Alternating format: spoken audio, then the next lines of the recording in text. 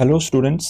आज हम class 10th का जो सोशल साइंस पेपर आने वाला है उसके लिए हम कुछ इंपॉर्टेंट क्वेश्चंस देख लेते हैं जो आपके एग्जामिनेशन पॉइंट ऑफ व्यू से बहुत इंपॉर्टेंट है। इन क्वेश्चंस को जरूर देख के जाइएगा क्योंकि कुछ क्वेश्चंस होते हैं जो इसी से रिपीट हो जाते हैं और कुछ क्वेश्चंस ऐसे होते हैं जो आपको बिल्कुल इसी तरह आते हैं और आपको थोड़ा ऑप्शंस में इधर उधर किया जाता है।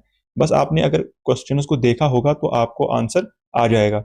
ठीक है, तो यहाँ पे हम कुछ इंपॉर्टेंट क्वेश्चंस करेंगे और इन क्वेश्चंस के साथ साथ हम कुछ और क्वेश्चंस भी देखेंगे जो हम बीच बीच में बताएंगे और वो भी बहुत इंपॉर्टेंट है इस एग्जामिनेशन के लिए। तो चलिए हम क्वेश्चन से स्टार्ट करते हैं, क्वेश्चन नंबर 1 से। तो क्वेश्चन नंबर 1 क्या है? When did the Greek revolution for independence begin? तो ग्रीक रेवोल्यूशन है फॉर इंडिपेंडेंस वो कब शुरू हुई, कब बिगिन होगी? तो उसका सही ऑप्शन है option B, 1821 is the right option. ठीक है, इसके बाद क्वेश्चन नंबर 2 जो है, which law was broken while launching the civil disobedience movement? कौन सा लॉ तोड़ा गया जब सिविल डिसओबीडियंस मूवमेंट को लॉन्च किया गया? आपको अगर पता है सिविल डिसओबीडियंस मूवमेंट किसने लॉन्च किया, ये महात्मा गांधी ने। किसने? महात्मा गांधी ने। और यहाँ पे जो लॉ तोड़ा गया वो है साल्ट लॉ। कौन सा law? Salt law. Salt law तोड़ने के बाद यहाँ पे सिविल डिसओबीडियंस मूवमेंट को लॉन्च किया गया था। Jute is known as the dash dash of India. Jute को क्या बोलते हैं? इसको बोलते हैं golden fibre. Jute is known as the golden fibre of India. Question number 4 क्या है? Swaraj party was formed in the year. Swaraj party कब बनाई गई? Swaraj party was formed in the year 1920, 1921, 22, 23। तो इसका राइट ऑप्शन जो रहेगा वो 1923 रहेगा, यानी कि option D is the right option. ये किसने बनाई? अब यहाँ पे क्वेश्चन ऐसे ही नहीं आपको याद रखना है 1923 में स्वराज पार्टी बनी, ऐसे भी क्वेश्चन आ सकता है। अब अगली बार वो ये कहेंगे Swaraj party was formed by, ये किसने बनाई, स्वराज पार्टी किसने बनाई? तो आपको याद रखना है इसमें जो दो बंदे थे, एक का नाम था सीआर दास और दूसरे का नाम था मोतीलाल नेहरू। क्या था? मोतीलाल नेहरू। ये इंपॉर्टेंट है। इस क्वेश्चन से हमें ये और एक क्वेश्चन मिलता है कि ये पार्टी किसने बनाई थी, सीआर दास और मोतीलाल नेहरू ने। अगला क्वेश्चन है, dash dash was the Maharaja of Jammu and Kashmir at the time of accession. Accession के टाइम पे कौन था महाराजा जम्मू एंड कश्मीर का? तो अगर आपको पता है वो था हरी सिंह। कौन था?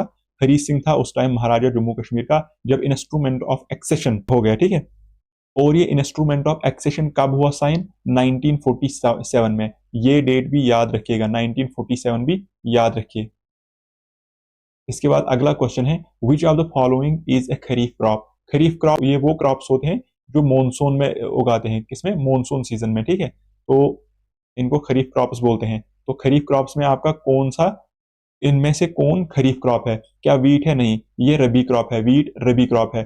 पैडी है? बिल्कुल, पैडी जो आपका है ये आपका खरीफ क्रॉप है। क्या है? खरीफ क्रॉप। बिल्कुल, बार्ली और मसूर नहीं है। Which town is the electronic capital of India? Electronic capital of India कौन है? हम बेंगलोर। बेंगलोर जो है, Bangalore is the electronic capital of India. Democracy is based on the ideas of. अब डेमोक्रेसी किसके आइडिया पे बेस्ड है? तो अगर हम देखेंगे यहाँ पे ऑप्शंस में है फ्रीडम, नहीं फ्रीडम तो नहीं आएगा। नेगोशिएशन ठीक है, डिलिब्रेशन भी ठीक है, तो both B and C is the correct option. तो इसका ऑप्शन जो हो जाएगा option D is the correct option, यानी कि both B and C are correct. Question number 9 क्या है? Which South Asian country always had a democratic government? कौन सी साउथ एशियन कंट्री ऐसी है जिसमें ऑलवेज डेमोक्रेटिक गवर्नमेंट रहती है? तो इसका करेक्ट ऑप्शन रहेगा India. India is the correct option. NTPC की फुल फॉर्म आपको बतानी है। एनटीपीसी क्या होता है? एनटीपीसी की फुल फॉर्म है, इसको हम बोलते हैं नेशनल थर्मल पावर कॉरपोरेशन, जो कि इंडिया की सबसे बड़ी पावर जनरेशन कंपनी है। क्या है? इंडिया की सबसे बड़ी पावर जनरेशन कंपनी यही है, NTPC.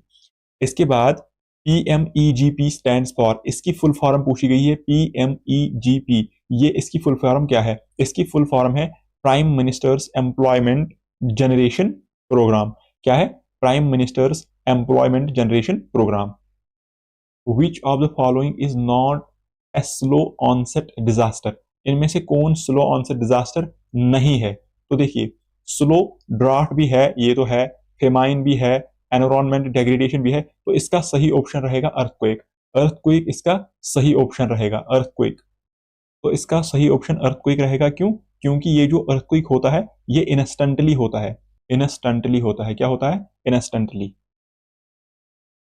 Kashmir is known through out the world for, सबको पता है हैंडीक्राफ्ट्स के लिए जाना जाता है कश्मीर, ठीक है। Presidents rule is implemented under the article dash dash of the Indian constitution. तो प्रेसिडेंट्स रूल कौन से आर्टिकल के अंडर आता है? तो ये आपका आता है आर्टिकल 356। कौन से आर्टिकल के अंडर आता है? Article 356। Petroleum is also called, petroleum को और क्या बोलते हैं? Petroleum is also called black gold, इसको बोलते हैं ब्लैक गोल्ड, ब्लैक गोल्ड बोलते हैं इसको। O R S stand for, फिर से एब्रीविएशन पूछी गई यहाँ पे। Full form of O R S क्या है? ऑरल रिहाइड्रेशन सोल्यूशन, हम बोलेंगे इसकी oral rehydration solution. Next question क्या है? When did the president of India issue an order to make Jammu and Kashmir a union territory. अब देखिए यहाँ पे बहुत सारे क्वेश्चंस आपसे पूछे जा सकते हैं। फिलहाल तो यहाँ पे पूछा गया है, यहाँ पे पूछा गया है president of India issue an order to make the Jammu and Kashmir a union territory. तो इसका सही आंसर रहेगा 9 अगस्त 2019। लेकिन यहाँ पे क्वेश्चन ऐसे भी आ सकता है कि आर्टिकल 370 जो है, आर्टिकल 370 को कब एब्रोगेट किया गया? तो उसके लिए याद रखना है आपको 5 अगस्त। कौन सा डेट है? 5 अगस्त। और आर्टिकल 370 जो है, और एक क्वेश्चन इसमें पूछा जा सकता है, और 2 क्वेश्चन इसमें बन सकते हैं। इसमें आपको खास ख्याल रखना है। यहाँ पे आप पूछा जा सकता है जो ये बिल है, इस बिल को राज्यसभा, इस बिल को राज्यसभा में कब पास किया गया था? तो 5 अगस्त इज द राइट आंसर, ठीक है। इसमें 5 अगस्त को ही पेश किया गया था और 5 अगस्त को ही पास किया गया था इसको। और देन उसके बाद लोकसभा में 6 अगस्त को इसको पेश किया गया। फिर प्रेसिडेंट का एसेंट जो इसको मिला है वो मिला है इसको 9 अगस्त, जो कि क्वेश्चन यहाँ पे पूछा गया। तो इस क्वेश्चन का खास ख्याल रखिए, इनमें से इन 3 में से कोई भी क्वेश्चन आप पूछा जा सकता है, क्योंकि ये जो क्वेश्चन है ये बहुत इंपॉर्टेंट है, ये बहुत इंपॉर्टेंट है, ठीक है। Next question, there are dash number of Rajya Sabha seats in UT of Jammu and Kashmir. कितनी यहाँ पे पूछा गया? देखिए इस पे खास ख्याल, राज्यसभा सीट्स आपको पूछी गई है। तो total number of Rajya Sabha seats अगर जम्मू एंड कश्मीर यूटी में देखोगे वो 4 है। लेकिन यहाँ पे पूछ सकता है राज्यसभा के बजाय, यहाँ पे बोल सकता है लोकसभा सीट्स कितनी है। तो आपका आंसर रहना चाहिए 5। उस टाइम आपका आंसर क्या रहेगा? 5। तो इन क्वेश्चन को ऐसे देखना पड़ता है, क्योंकि हम यहाँ पे एग्जामिनर क्या वेरिएशन ला सकता है, वो सेम क्वेश्चन देखेगा लेकिन यहाँ पे लिखेगा लोकसभा, तो आपका आंसर उस टाइम 5 आ जाएगा। New Kashmir manifesto was adopted in, new Kashmir manifesto कब अडॉप्ट किया गया? आप देखोगे न्यू कश्मीर मैनिफेस्टो किसने अडॉप्ट किया था? एक्चुअली ये नेशनल कॉन्फ्रेंस ने अडॉप्ट किया गया था, ठीक है। लेकिन किस ईयर में? हमें यहाँ पे पूछा गया है कब इसको अडॉप्ट किया गया था। हम बोलेंगे सितंबर 1950, सितंबर 1944 में बाय नेशनल कॉन्फ्रेंस, इसको नेशनल कॉन्फ्रेंस ने अडॉप्ट किया था। Next question, which sector deals with processing and conversion of raw materials into finished goods. यहाँ पे देखिए, यहाँ पे भी आपको 3 क्वेश्चन ये पूछ सकता है। पहले मैं आपको यहाँ पे थोड़ा कुछ बताता हूँ। यहाँ देखिए 3 सेक्टर्स होते हैं, एक होता है प्राइमरी सेक्टर, एक होता है सेकेंडरी सेक्टर, एक होता है टर्शरी सेक्टर। तो ये 3 सेक्टर्स होते हैं। क्या होते हैं? 3 सेक्टर्स होते हैं। प्राइमरी सेक्टर में आपका कौन सा आता है? प्राइमरी सेक्टर में आपका आता है extraction of raw materials, extraction of raw materials, वो हो गया प्राइमरी सेक्टर। और इसकी एग्जांपल कौन है? For example agriculture, agriculture is an example of primary sector. और सेकेंडरी सेक्टर में आपका आता है, इसमें आपका कन्वर्शन ऑफ रॉ मटेरियल्स, जो यहाँ पे क्वेश्चन पूछा गया वही, यानी कि processing and conversion, processing and conversion of raw materials. तो यहाँ ये आपका सेकेंडरी सेक्टर में आता है। तो इसका सही ऑप्शन क्या हो जाएगा? Option B is the correct option. और इसमें अगर एग्जाम्पल आप देखोगे तो manufacturing, manufacturing is the example of secondary sector. और टर्शरी सेक्टर जो है, टर्शरी सेक्टर आपका सर्विस सेक्टर कहलाया जाता है, सर्विस सेक्टर आपका कहलाया जाता है टर्शरी सेक्टर, जिसमें आपको फॉर एग्जाम्पल अगर हम यहाँ पे देखेंगे, बैंकिंग है वो भी एक टर्शरी सेक्टर है, आपका ट्रांसपोर्ट जो है वो भी टर्शरी सेक्टर है, जो टूरिज्म है आपका, टूरिज्म भी आपका टर्शरी सेक्टर है। ये कुछ एग्जाम्पल्स है जो इनमें आती है, इनमें आपको खास ख्याल रखना है। इनमें अब आपको देखिए, ये तो सेकेंडरी सेक्टर से क्वेश्चन पूछा था, अब यहाँ पे प्राइमरी सेक्टर से भी क्वेश्चन पूछ सकता है, टर्शरी सेक्टर से भी क्वेश्चन पूछ सकता है। तो इस तरह से आप ये एग्जाम्पल्स इनके याद रखिए, इसमें आपको बहुत हेल्प मिलेगी। नेक्स्ट क्वेश्चन क्या है? When did the treaty of Vienna take place. Treaty of Vienna जो है ये कब हुई? तो इसका सही ऑप्शन है 1815 एडी। क्या है? 1815 एडी। ये कुछ क्वेश्चन होते हैं जो आपको डायरेक्ट याद रखने होते हैं, डेट याद रखना है तो बस। अब यहाँ पे देखो, ओद किसान सभा वाज सेटअप बाय, ये जो ओद किसान सभा है ये किसने सेटअप की है? यहाँ पे इसका option C is the correct option, Nehru and Baba Ramchandra. Nehru and Baba Ramchandra. Groundnut and rape seeds are dash dash seeds grown in India, ये आपके ऑयल सीड्स होते हैं। When the Simon commission arrived in India, अब साइमन कमीशन कब इंडिया में आया? Simon commission arrived in India in 1928, इसका correct option C आ जाएगा, 1928 में आया था। अगर एग्जैक्ट डेट आप देखोगे 3 Feb 1928, ठीक है। Jammu Kashmir academy of art culture and language was established in dash dash AD, अब ये कब एस्टैब्लिश की गई है? इसको एस्टैब्लिश किया गया है 1958 में। कब? 1958 में। इसके बाद next question, which state is the largest producer of rice? Largest producer of rice अगर आप देखोगे यहाँ पे वेस्ट बंगाल बनेगा, West Bengal largest producer of rice. Which town is the electronic capital of India? Electronic capital of India हमने इससे पहले बोला, रिपीट हो गया है, तो यहाँ पे option C is the correct option, Bangalore. Next question, a democratic government is responsible to, ये डेमोक्रेटिक गवर्नमेंट किसके लिए रेस्पॉन्सिबल होती है? The people is the correct answer. क्या आ जाएगा इसका correct answer? The people. Manufacturing is, देखिए ये क्वेश्चन भी पूछा गया है, मैन्युफैक्चरिंग कौन से सेक्टर में आती है? मैंने आपको बोला 3 सेक्टर्स होते हैं, primary sector, secondary sector and tertiary sector. Tertiary sector मैंने आपको बोला, इसमें एग्जांपल मैंने आपको बोला एग्रीकल्चर आता है, ठीक है, जिसमें रॉ मटेरियल्स आते हैं और फिर कन्वर्शन ऑफ रॉ मटेरियल्स को हम, तो सेकेंडरी सेक्टर में मैंने आपको क्या बोली थी एग्जांपल? मैन्युफैक्चरिंग। मैन्युफैक्चरिंग मैंने एग्जांपल बोली थी सेकेंडरी सेक्टर में आती है, तो इसका करेक्ट ऑप्शन हो जाएगा सेकेंडरी सेक्टर, क्योंकि मैन्युफैक्चरिंग इज सेकेंडरी एक्टिविटी, तो ये सेकेंडरी एक्टिविटी। और टर्शियरी एक्टिविटी मैंने जो आपको सर्विसेज बोला था उसमें बैंकिंग, ट्रांसपोर्ट, टूरिज्म, ठीक है, ये सब आपको याद रखने हैं।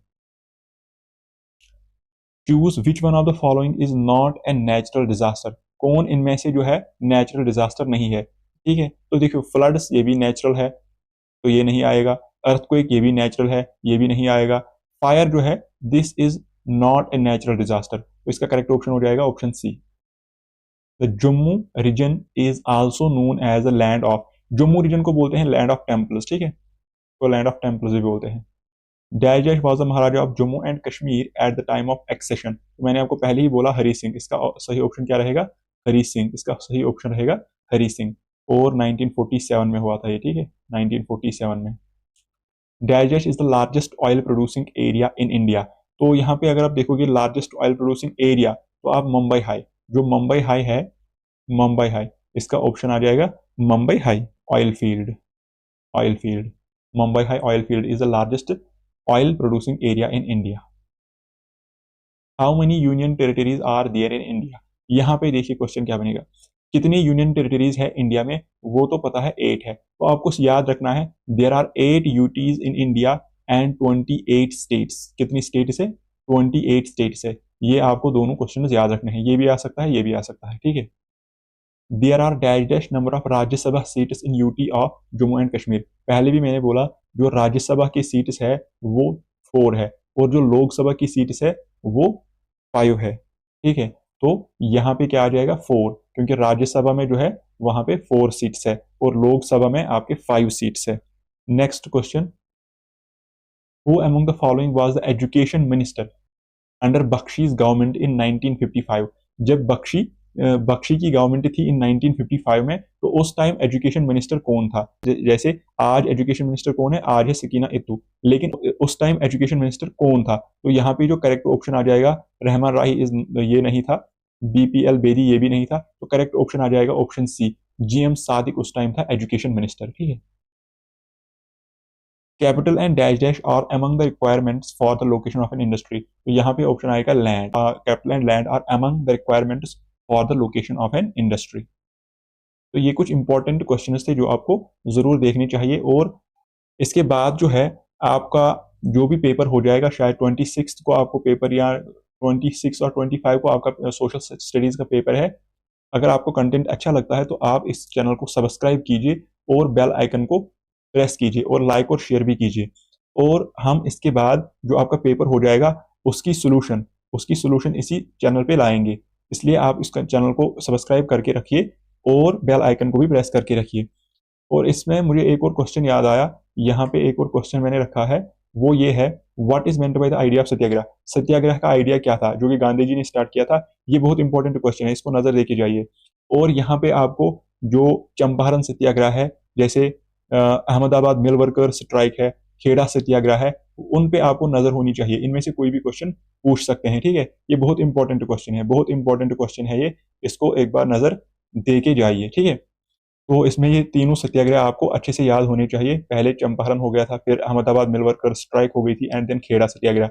आपको सिंपली केक याद रखना है, CAKE, केक याद रखो, ई को हटाओ। ये देखिए पहले कौन हो गया था, Champaran, then Ahmedabad mill worker, and then Kheda satyagraha. तो ये आपकी इसकी सीक्वेंस है, तो आपको ये पता होनी चाहिए। ये क्वेश्चन बहुत इंपॉर्टेंट है। तो बाकी आप इस चैनल को सब्सक्राइब कीजिए, ताकि हर एक वीडियो नया आएगा उसकी नोटिफिकेशन आपको मिलेगी और आपके पास वीडियो सबसे पहले पहुंचेगा। बाकी मिलते हैं आपके पेपर के बाद, एंड आई होप कि आपका पेपर जो है वो अच्छा जाएगा। तो best of luck for your paper.